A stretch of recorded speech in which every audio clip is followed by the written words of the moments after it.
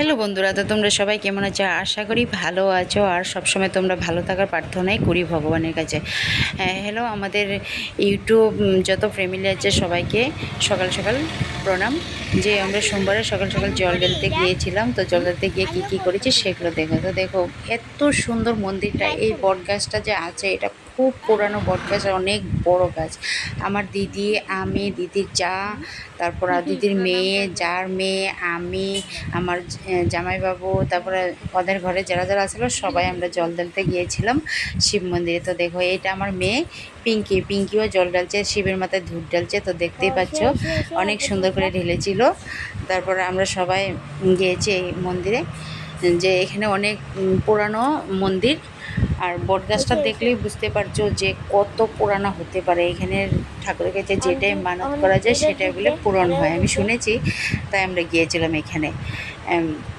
রোডের সঙ্গে আছে আর দিদির ঘরের থেকে পাশেও পড়ে, তাই আমরা এইখানেই গিয়েছিলাম। অনেক সুন্দর মন্দিরটা দেখতে, খুবই ভালো। সেখানে কোনো মানে শিব ঠাকুরের জন্য কোনো মন্দির স্থাপিত করা হয়নি। এখানে শুধু একটা গাছের নিচে শিবলিঙ্গ বানানো আছে, আর খুব সুন্দর। গাছটা অনেক পুরানো, সেটা তোমরা দেখতেই পাচ্ছ।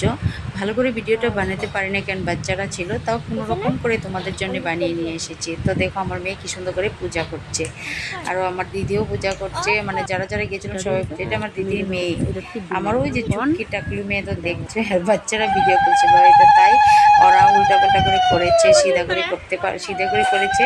মানে যেরকমভাবে ব্লগ ভিডিও বানায় সেভাবে করতে পারেনি। বাচ্চারা তো জানোই কি, একটা বললে আর একটা করে, তাও কোনোরকম উঠিয়েছে। তো দেখো আমি শিব ঠাকুরের মাথায় জল ঢালছি, তারপর দুধ ঢালছি, সব কিছু দেখতে পাচ্ছ তোমরা।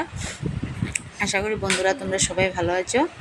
আর প্লিজ তোমরা আমার চ্যানেলটাকে সাবস্ক্রাইব করে দিও যারা যারা নতুন আছো, আর যারা পুরানো আছো তারা বলতেই হবে না। তো প্লিজ তোমরা আমার ভিডিওটা দেখবে কীরকম হয়েছে, ঠিক আছে? তো এখানে আমার জল ঢালা শুরু হয়ে গেছে, তো জল ঢালছি, তো দেখতেই পাচ্ছ। তো দেখো কি হচ্ছে। গুয়াহাটিতে ঘুরতে গিয়েছিলাম দিদির ঘরে, তো দিদির ঘরে গিয়ে ওইখানে মন্দিরে গিয়ে জল ঢালতে গেলাম। তো আর ওইখান থেকেই তারপরে 2-3 দিন গরমের জন্য থাকতে পারিনি, এসে গেলাম। আর কি করব বলো। তো এখানে দেখো ওই যে আমার দিদির যা, ওরাও পূজা করছে, আমিও করছি। আর এখানে আমার টাকলু মেয়ে দেখো কি করছে, সবার এখান থেকে গিয়ে গিয়ে প্রসাদ চুরি করছে।